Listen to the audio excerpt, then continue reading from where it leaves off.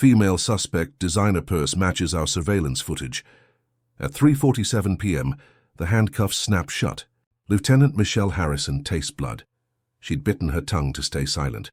Her badge sits in her locked car outside, following off-duty protocol. Officer Chen jerks her forward.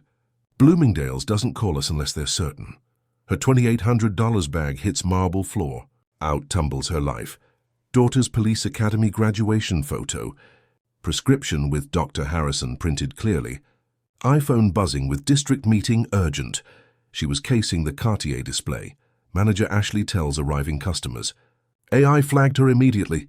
A teenager live streams on TikTok. An elderly woman shakes her head. A white customer applauds. Finally enforcement. Chen's badge number, 72294, is one Michelle signed personally last year. He doesn't recognize his lieutenant's face. These aren't just black stories. They're prophecies of what happens when uniforms can't see past color. Have you ever been handcuffed by someone whose career you created? The hunt begins, 24 p.m. Michelle Harrison entered Bloomingdale's through the Michigan Avenue entrance. The blast of perfumed air, Tom Ford and desperation hit her immediately. She had exactly 1 hour. Claire's wedding was tomorrow. The Cartier love bracelet she'd promised to buy sat waiting in its velvet case, according to the website. The jewelry department gleamed like a surgical suite.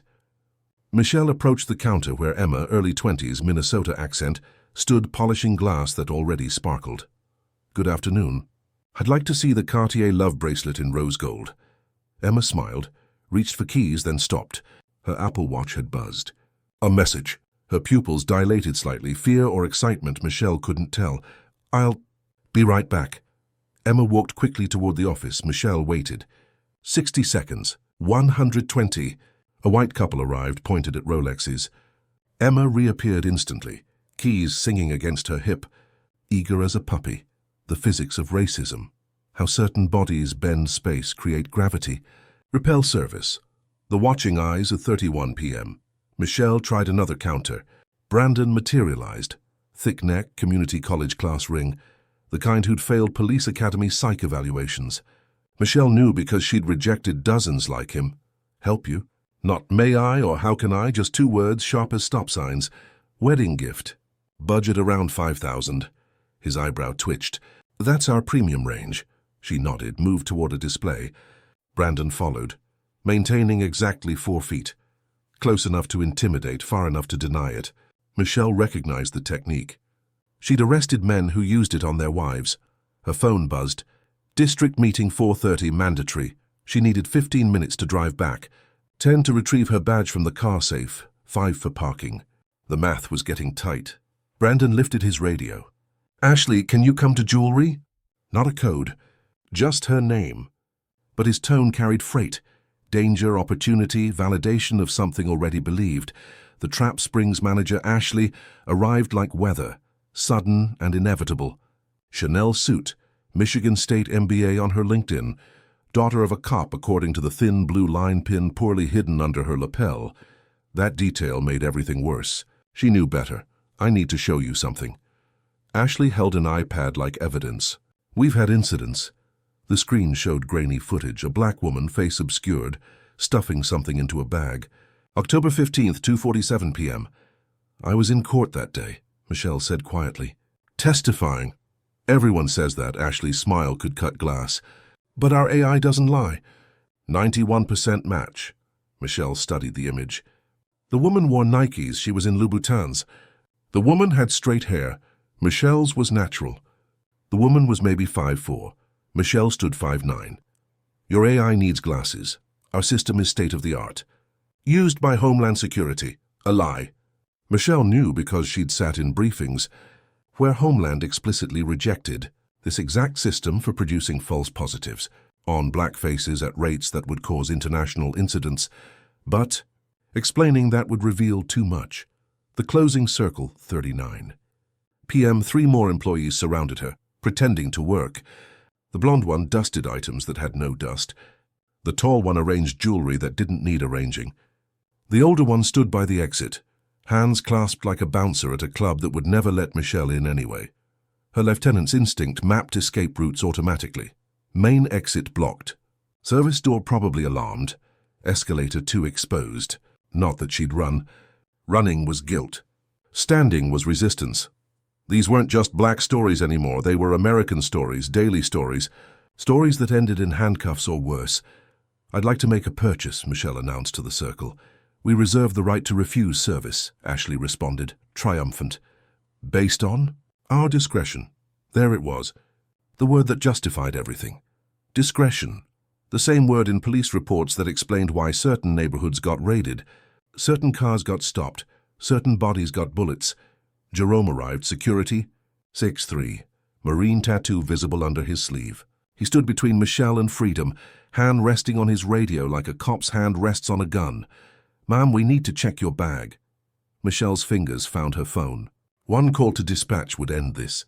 Badge number 847362 would trump their suspicions. But then tomorrow another black woman would stand here without a badge, without backup, without options. These life stories demanded witnesses. These touching stories needed documentation. These real-life stories required sacrifice. She stayed silent. Calculated, waited. The call 3:45 p.m. Ashley dialed 911 with theatrical precision, ensuring customers could hear. "Yes, we have a shoplifter. Black female, designer clothes, refusing to leave." She's becoming aggressive. Michelle hadn't moved in 47 seconds, hadn't spoken in 90. Her stillness was being rewritten as violence, her silence as threat. "Please hurry. We have customers who are frightened." The white couple buying Rolexes didn't look frightened. They looked entertained. The teenager with the TikTok camera looked thrilled. The elderly woman by scarves looked heartbroken. Michelle made her choice. She would let this play out. Let Officers Chen and Davis arrive. Let them make the mistakes that would cost them everything. Her phone showed 12 missed calls from the district. They could wait. Justice couldn't. 46 p.m. Sirens approaching. In 60 seconds, her own officers would arrest her. They wouldn't check her ID. Ashley's tears would be enough. They wouldn't question the story. The narrative was already written. Michelle Harrison stood perfectly still in Bloomingdale's jewelry department, badge locked in her car, career in her pocket, revolution in her silence. The sirens grew louder. The breaking point till 47 p.m. Officers Chen and Davis entered through Bloomingdale's revolving door, a carousel of fate neither recognized. Chen moved like hunger, eager for the arrest that might mean recognition. Davis walked heavier, 5 years of disappointments making him cruel in small ways. Neither noticed the woman they were about to destroy had trained their training officers. "She's the one," Ashley performed fear, pointing with a manicured finger that shook on cue. She threatened staff. Michelle stood statue still.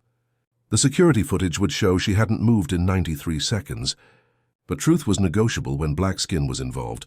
"Ma'am, hands behind your back." "Officer, you need to—" Hands behind back. The grammar of power, how verbs became violence. Punctuation became pain. Michelle turned slowly. In her car, locked in the glove compartment per off-duty protocol, her lieutenant's badge waited uselessly. She'd followed every rule. They were about to break them all. The handcuffs bit into her wrists, one notch beyond protocol, exactly where pain began. Chen added another click. Now it was abuse. Small, deniable, common. The scattered life Davis upended her purse onto marble that cost more than his annual salary. Her life spilled out in pieces, tampons rolling toward Prada displays, lipstick spinning under Gucci shelves, keys to an Audi they'd assume was stolen or leased. Never earned. The prescription bottle read Dr. M. Harrison. Her sister was the doctor. Michelle just used her pharmacy for convenience. But Davis saw drugs because he needed to see drugs. "Check everything," Ashley instructed. "Those civilians don't direct police procedure." Brandon crouched to help, this wannabe cop who'd failed psych evaluations twice. His fingers found Michelle's most precious possession, Jasmine's academy photo. Corners worn from pride, from showing colleagues, from pretending the system her daughter was entering wasn't the one currently destroying her mother. "Cute kid," Brandon smirked. "Hope she doesn't end up like Mum." Michelle memorized his name tag, B. Fitzgerald. When he applied to CPD again next cycle, she'd be waiting. He just didn't know it yet. Her phone lit up with calls, contact names visible. Chief Washington, CPD, Deputy Thompson, CPD, Mayor's Office, District Attorney. Davis glanced down. Saw only letters, no meaning. Why would a shoplifter know the mayor? Criminals had delusions too. The witnesses. Gather customers formed a coliseum of phones, each recording from different angles, creating a panoramic document of degradation. The teenager with mint green hair and Berkeley acceptance letter in her pocket. This is fucking racist. She literally did nothing. Chen's hand found his baton. Language, miss. Anne stepped back. She stepped forward instead. Or what? You'll arrest me too? Perfect. Make it double racism. My followers will love it. Her TikTok was already at 89,000 views. Comments flooded.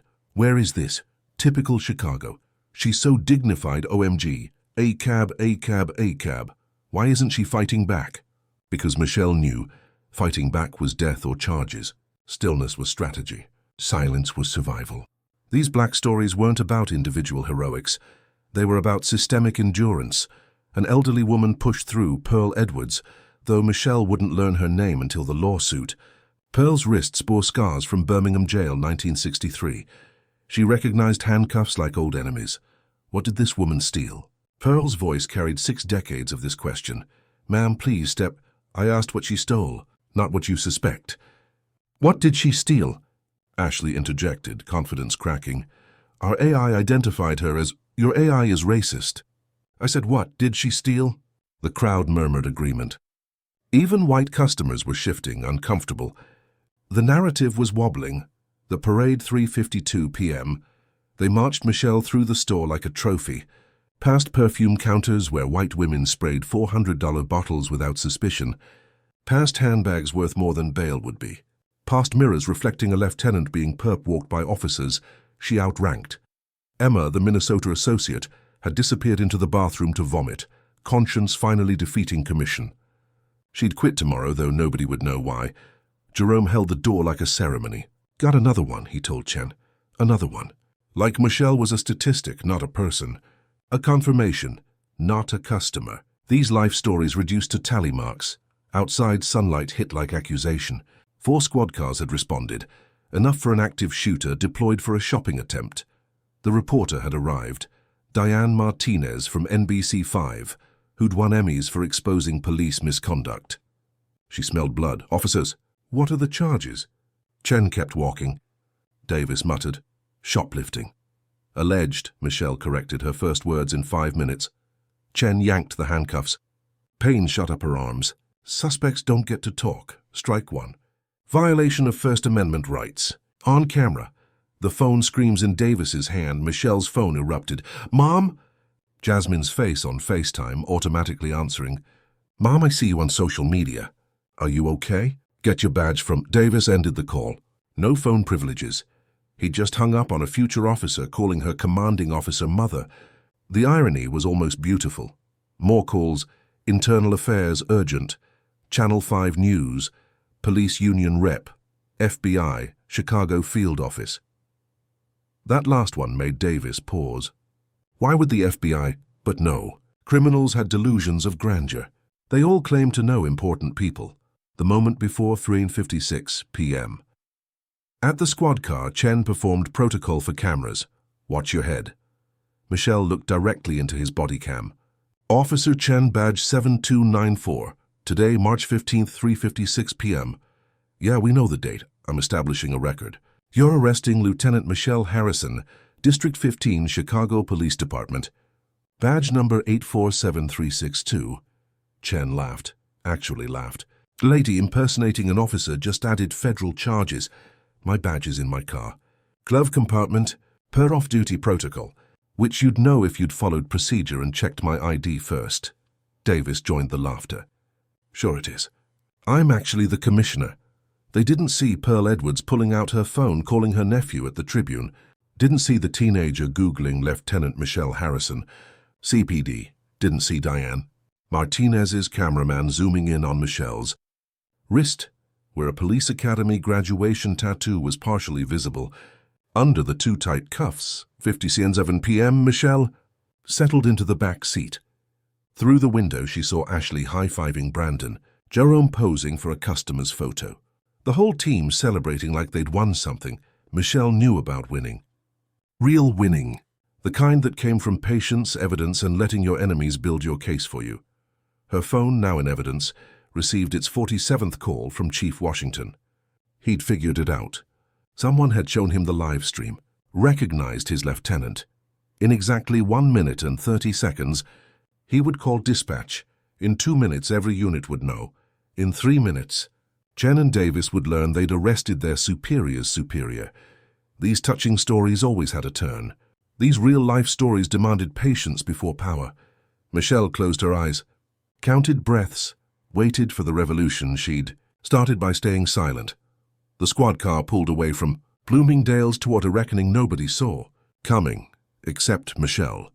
She'd seen it coming for 18 years. The dispatch call ran at 8 p.m. 2 blocks from Bloomingdale's. The radio erupted with urgency. Unit 47, what's your current 20? Michigan and Walton, Chen responded. Transporting shoplifting suspect to stop your vehicle, now. Chen had never heard dispatch sound terrified. Davis hit the brakes so hard, Michelle's shoulder slammed the cage. Pain bloomed. She didn't react. Every bruise was evidence. Unit 47, who is in your custody? Black female, mid-30s, suspected of... What's her name? We haven't processed... What is her name? The silence stretched. Michelle watched Chen's eyes find hers in the rearview mirror. She saw the exact moment doubt crept in. Ma'am, Davis turned, voice cracking. What's your name? You didn't ask before. Why does it matter now? Chen's phone exploded with texts. He glanced down. His face went pale as paper. Holy shit. Holy shit, Davis, what? Chen showed him the phone. A screenshot from Twitter. Breaking CPD officers arrested Lieutenant Michelle Harrison at Bloomingdale's. The identity crisis, Bunto 1 p.m. They pulled over hard. Chen's hands shook, unlocking Michelle's handcuffs. The metal had cut into her wrists, one notch too tight for 30 minutes. Blood dotted her silk blouse. Lieutenant Harrison, we didn't know. You didn't know because you didn't ask. Didn't check. Didn't follow Protocol 12-7 requiring identity verification before arrest.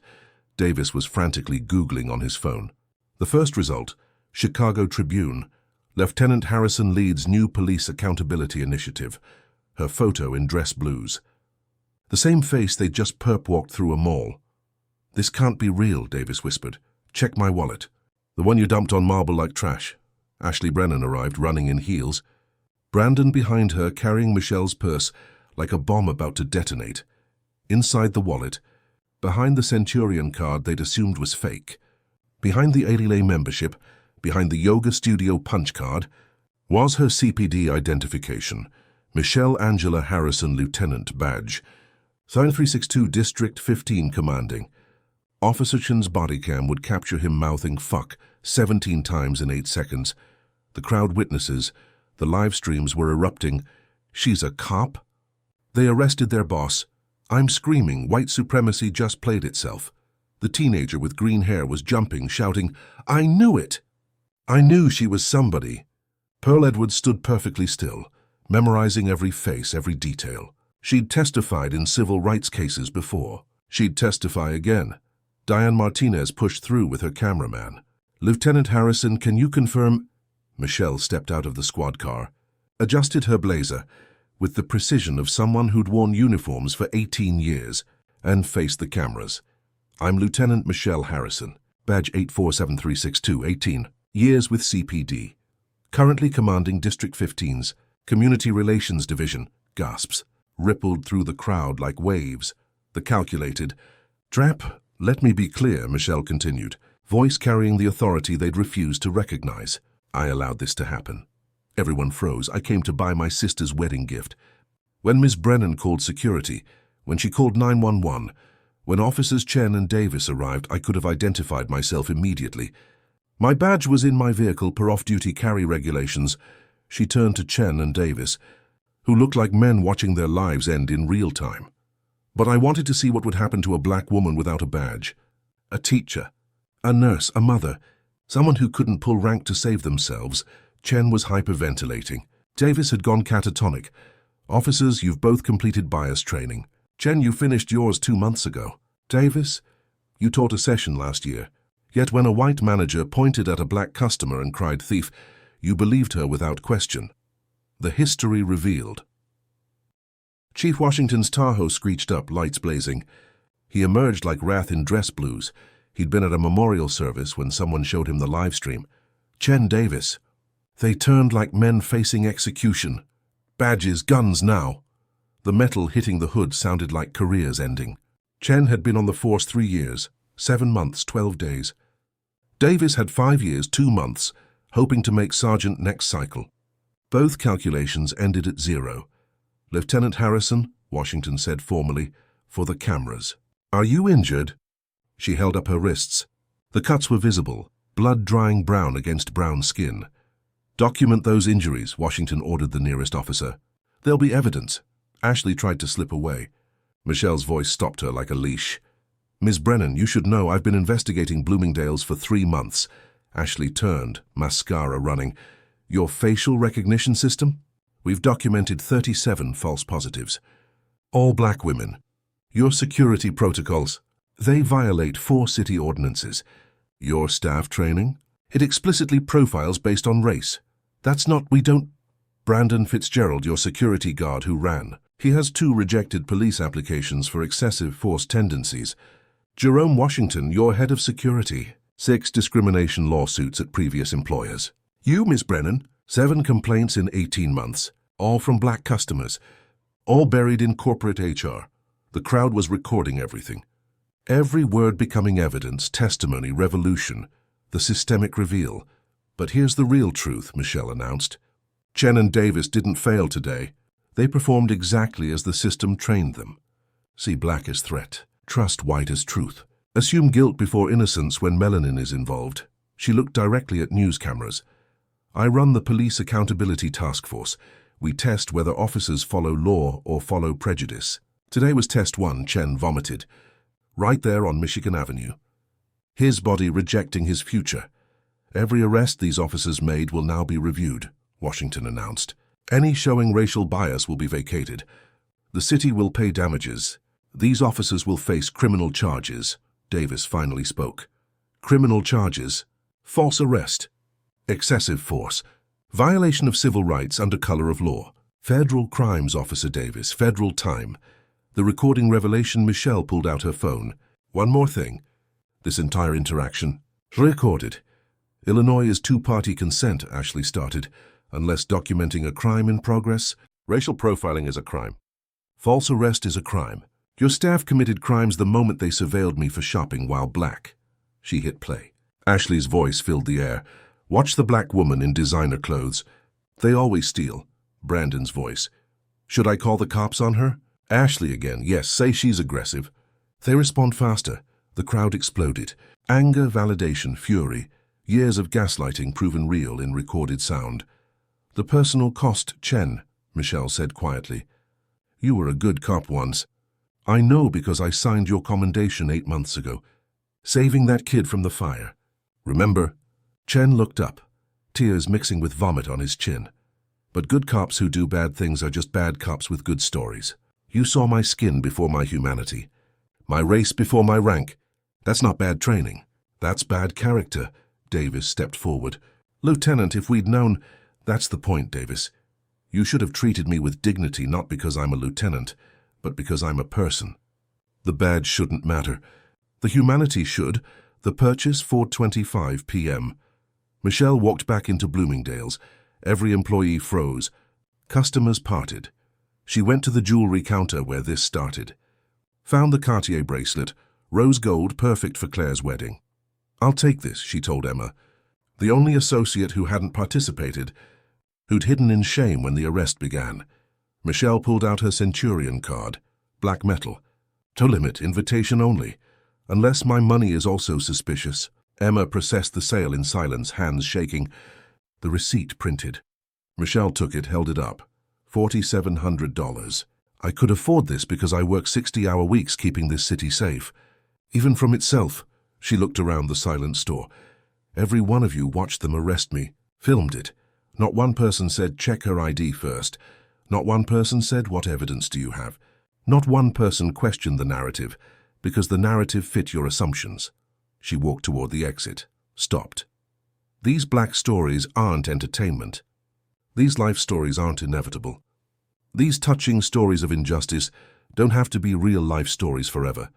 She looked directly at Ashley, who was texting frantically, lawyers probably. Tomorrow, Bloomingdale's will announce they're removing facial recognition, implementing new training, firing certain employees, not because it's right, because it's public. Michelle left, carrying her sister's wedding gift and a revolution in a small Cartier bag. Behind her, Ashley Brennan stood in the ruins of her retail career, Brandon's abandoned security jacket at her feet, the spray-painted racists visible through the window. Chen sat on the curb, badge gone, calculating whether his pregnant wife would leave him when she learned he'd lost everything arresting his boss for shopping. Davis stood frozen, seeing his future, trial, conviction, prison, parole, unfold in slow motion. The revolution hadn't begun with the handcuffs. It had begun the moment Michelle decided silence was strategy, that her pain could become everyone's progress. The receipt wasn't just proof of purchase, it was proof that change costs everything, and Michelle had paid in full. The crisis room, Tuesday, 10 a.m., Bloomingdale's headquarters, Chicago. The emergency board meeting happened over secure video. New York executives on screen, Chicago leadership in person. CEO Richard Hartman's face pixelated occasionally. Even the internet connection seemed unstable under pressure. 48 hours since the incident, CMO Jennifer Walsh reported. We've lost $32 million in market cap. Celebrities are cutting cards on Instagram. 3 pension funds are threatening divestment. The screen showed devastation. How to boycott Bloomingdale's trending globally.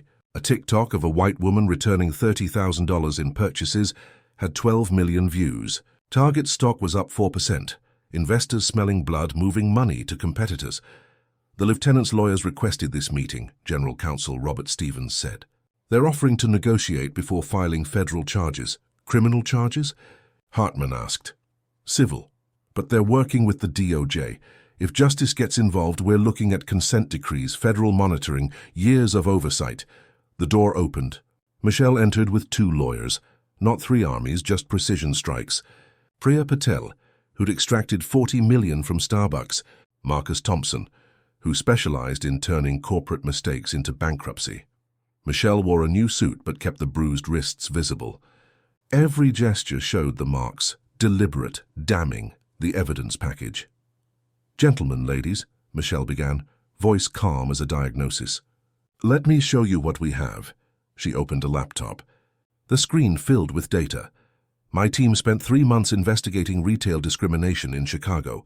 Bloomingdale's wasn't our only target, just our worst offender. Charts appeared, bar graphs of stop rates by race, heat maps of surveillance patterns, statistics that looked like apartheid. Your Michigan Avenue store stops black customers at 8 times the rate of white customers. Your facial recognition system has a 68% false positive rate for black women. But here's the interesting part. She clicked.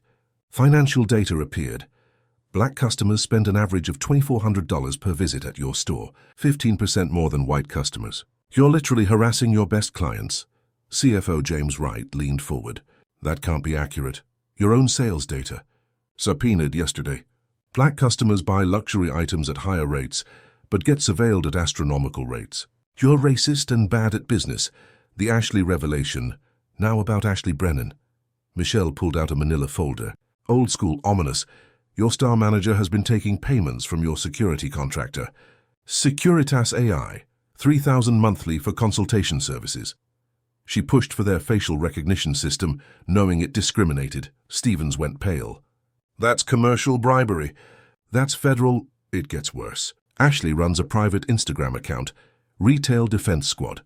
She posts photos of black customers with captions like threat neutralized and another one spotted. 4,000 followers. Mostly retail managers. They share suspicious shopper alerts.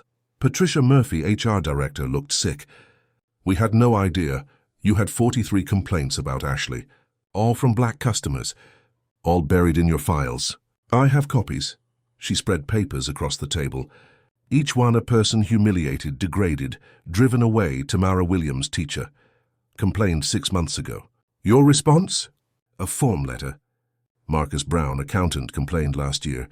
Your response? Nothing. Jennifer Park, nurse. We understand, Hartman interrupted. Do you? Because yesterday you let Ashley call 911 on me. Which means either you knew and didn't care, or you're incompetent. Which would you prefer for the lawsuit? The negotiation. Marcus Thompson spoke. Here's what happens if we go to court. Discovery reveals every email, every training document, every surveillance video. Your stock doesn't drop, it craters. Customers don't boycott, they abandon. You don't lose millions, you lose everything.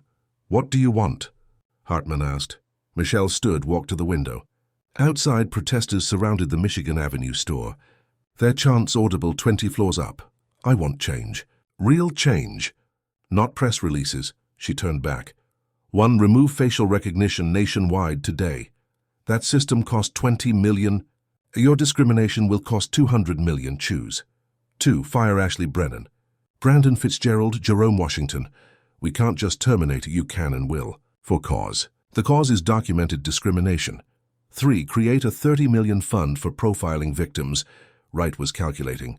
$30 million would impact your CEO's bonus last year was $42 million. Find the money. The ultimatum. 4. Michelle continued. Monthly bias training. Mandatory, led by my task force. The logistics. 5. Publish all security stop demographics. Quarterly. If racial disparities exist, automatic fines paid to civil rights organizations. Stevens shook his head. No retailer would agree to that. Exactly. You'll be first. You'll be leaders. Your stock will recover because conscious consumers will reward courage. She pulled out her phone, showed them something that made Hartman flinch. Oprah's team called me this morning. She wants me on her show. Thursday. If we haven't settled by then, I tell 50 million viewers everything. Show the videos. Name names. Ashley's Instagram account goes viral. Your board members' photos beside racist posts. The room went cold. Or, Priya Patel said gently, you signed today. Bloomingdale's becomes the first retailer to voluntarily reform. You're heroes, not villains. Harvard Business School writes a case study about corporate redemption, not destruction. The Chen factor. What about the officers? Someone asked. Chen and Davis were terminated yesterday. Chen's wife left him. She saw the video. He's moving back with his mother, entering therapy, volunteering with racial justice organizations. He sent me this, Michelle read from her phone. Lieutenant, I violated my oath. I saw black before I saw human. I failed you, my badge and my soul. I'm dedicating my remaining years to undoing the harm I've caused. Davis, fighting it, claiming he followed protocol. His trial starts in 3 months. He'll lose. Federal civil rights violations carry 10-year maximums. The clock ticks 11:30 a.m. Michelle gathered her papers. You have 30 minutes. Accept our terms or see you in court, Lieutenant, Hartman said. What you did, letting yourself be arrested, why? Michelle paused at the door. My daughter graduates police academy next month. I wanted her to enter a force that sees humanity before color. A city where shopping while black isn't probable cause. A world where badges shouldn't be necessary for dignity. She looked at each board member. I have power, a badge, lawyers, media attention. Most people don't. They just have dignity and hope that someday, somehow, that will be enough. Yesterday proved it isn't. Today decides if it ever will be. She left. The board exploded in debate. Stevens argued liability. Wright calculated costs. Murphy worried about precedent, but Hartman knew the truth: they were already destroyed. The only question was whether they'd be remembered for falling or rising. The announcement 12, Singsea. PM Hartman faced cameras outside the flagship store. Bloomingdale's admits to systematic racial profiling. We've failed our black customers, our community, our values. This ends today. He announced every reform Michelle demanded, plus one she hadn't. Minority ownership stakes in all new stores. The market reacted. Initial drop of 9%, then stabilization, then something unexpected, a rise. ESG funds bought heavily. Conscious consumers tweeted support. Buy clothes. Bloomingdale's had gained 2%. Michelle watched from her office. Chen's letter on her desk. The Cartier bracelet gleaming. These black stories had become boardroom battles. These life stories had moved markets. These touching stories had touched the only nerve corporations felt, their valuations. These real-life stories had proven a simple truth. Justice wasn't just right. It was profitable. And for the first time, discrimination cost more than dignity. The revolution hadn't been televised. It had been incorporated. Week 1, the unraveling Chen's last day of freedom. Federal courthouse bathroom. He vomited twice before entering. His public defender, overworked, underpaid, had negotiated, plead guilty, 2 years federal prison, lifetime ban from law enforcement. "Take it or face trial and 10 years, I'll take it," Chen whispered to the judge. His wife Sarah sat in the gallery, divorce papers in her purse. Their daughter Luna, 3 years old, played with a phone showing Daddy in handcuffs on YouTube. 47 million views. The comments section had found his home address. Davis chose differently. Hired Kyle Richardson. $500 hourly, mortgaging everything. "We'll claim following orders: inadequate training, qualified immunity." Richardson knew they'd lose. Davis's credit cards knew too, all maxed within a month. The store's morning after Bloomingdale's Michigan Avenue reopening day, Denise Williams, the new manager, found hate mail under the door. "N-word lover. Store will burn." Ashley was right. She posted them on the bulletin board. "This is what we're changing," she told staff. "This hate? It's been here all along. We just gave it uniforms and facial recognition." Emma, who'd hidden during Michelle's arrest, raised her hand. "I should have said something." When Ashley called, "I knew it was wrong." "Yes," Denise said simply. "You should have." Your silence was complicity. Emma would quit 2 weeks later, a conscience heavier than commission. She'd become a teacher. Tell the story annually, use her shame as curriculum. 3 security guards walked out during the first training. Jerome tried to stay, claiming he'd changed. Denise pulled his file. 28 suspicious person reports in 6 months. All black, all shopping. All innocent. "You're fired, Jerome." He'd sue. He'd lose. He'd end up working night shifts at a warehouse, telling anyone who'd listen that reverse racism cost him everything. Michelle's private breaking Tuesday night. Michelle's apartment. She sat in her bathroom, door locked, crying for the first time since the arrest. Not from pain, from exhaustion. The weight of being symbol, revolutionary example. The cost of composure. Her phone showed 1,147 messages. Victims wanting justice. Lawyers offering representation. Reporters seeking exclusives. Movie producers promising to tell her story right. She ignored them all, opened Chen's letter instead. "Lieutenant, I dream about it. Your face when I laughed at you claiming to be police. I wake up apologizing. My cellmate, Marcus, black man I arrested 2 years ago for suspicious behavior. He says forgiveness takes time. I have time now. 23 months. I'm learning to see." "Too late, but learning," Michelle wrote back. "Chen, seeing isn't enough. Acting is everything. When you get out, prove change through choices." She never wrote Davis. His letters came through lawyers, each angrier than the last, claiming conspiracy, targeting reverse discrimination. His trial would start in 3 months. He'd represent himself after Richardson quit. He'd get 7 years, serve 5, emerge broken and bitter, the courtroom reckoning 3 months later. Federal court at Ashley Brennan looked smaller in orange. The Instagram influencer, who'd posted retail defense squad content to 4,000 followers, now faced 20 years. Prosecutor Maria Rodriguez displayed Ashley's posts on courtroom screens. Black customers photographed without consent. Captions like "threat neutralized" and "caught another one." This wasn't just discrimination, Rodriguez argued. This was monetized hatred. 3,000 monthly from Securitas AI. 72,000 from her Instagram followers. She profited from prejudice. Ashley's mother sobbed in the gallery. Her father had already left, abandoned her like respectability. The verdict: guilty, all counts. 7 years federal prison. Ashley collapsed, actually fell. Guards carried her out. She'd served time in Alderson Federal Prison. Her fellow inmates, mostly black women on drug charges, would know her story. They wouldn't hurt her. Worse, they'd educate her. Every day, every meal, every silent moment filled with the weight of who she'd been. The wedding's hidden weight Saturday. Claire's wedding, Sacred Heart Cathedral. Michelle fastened the Cartier bracelet on her sister's wrist, hiding her own scars, still visible, probably permanent. "It's perfect," Claire whispered. Worth the wait, Claire didn't know. Michelle had protected her from the video, the arrest, the revolution. Some gifts require ignorance. Some love demands lies. During the reception, their father pulled Michelle aside. "I saw everything. The video, the courtroom. What you sacrificed. Dad, your mother integrated University of Alabama. Got arrested 9 times. Called everything but her name. She died thinking tomorrow would be different. You made it different. Michelle touched her wrist scars. Different isn't finished. No, he agreed. But it started. The industry revolution. 6 months after the arrest, Target removed facial recognition. Walmart followed. Macy's created equity funds. The dominoes fell fast, fear driving change faster than conscience ever could. Harvard Business School wrote the case study, The Bloomingdale's Reversal, when discrimination became unprofitable.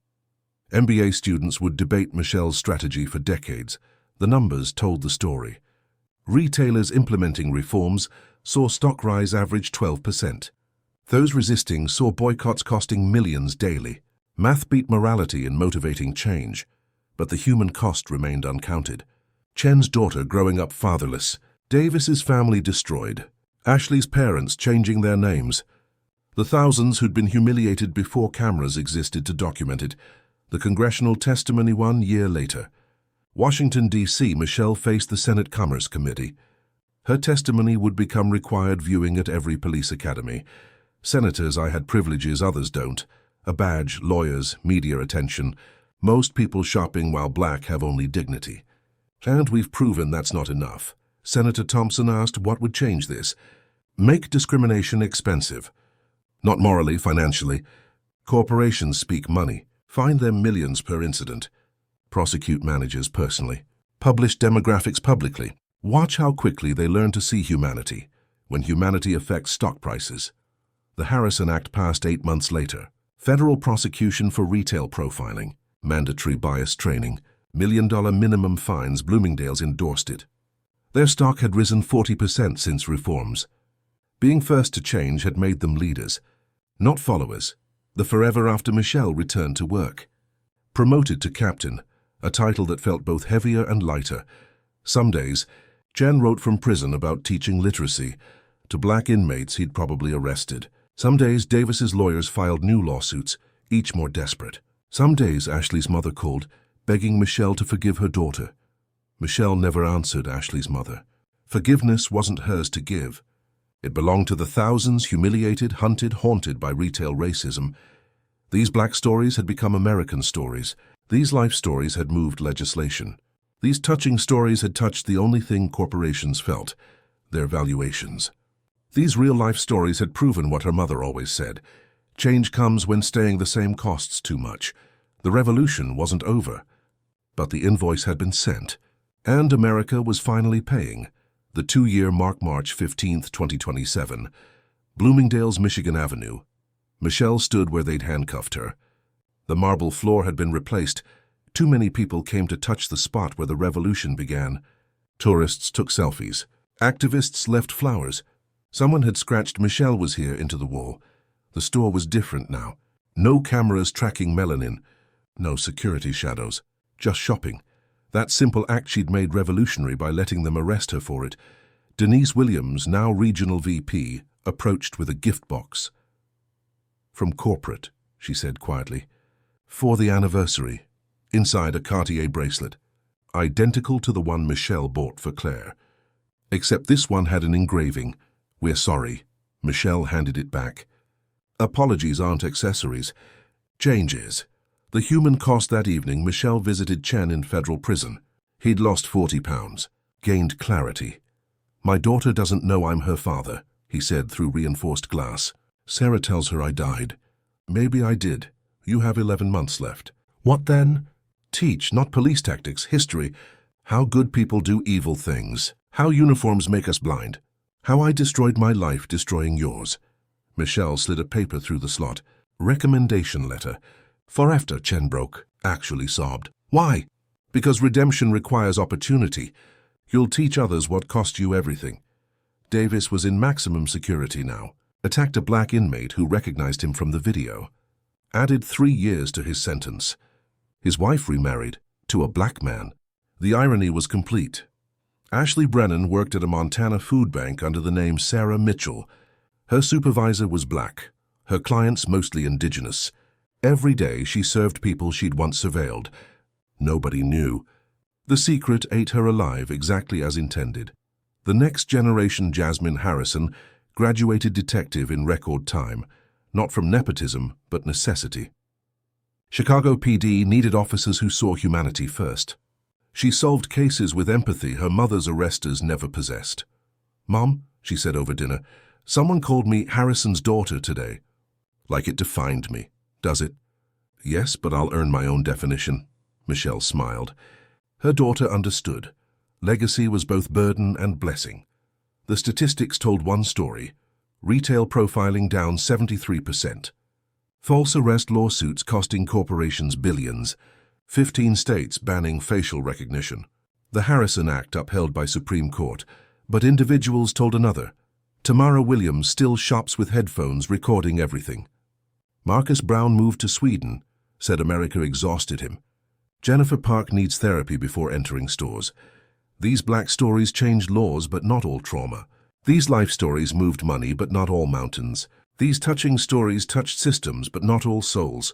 These real-life stories showed progress's price, paid by those who couldn't afford it.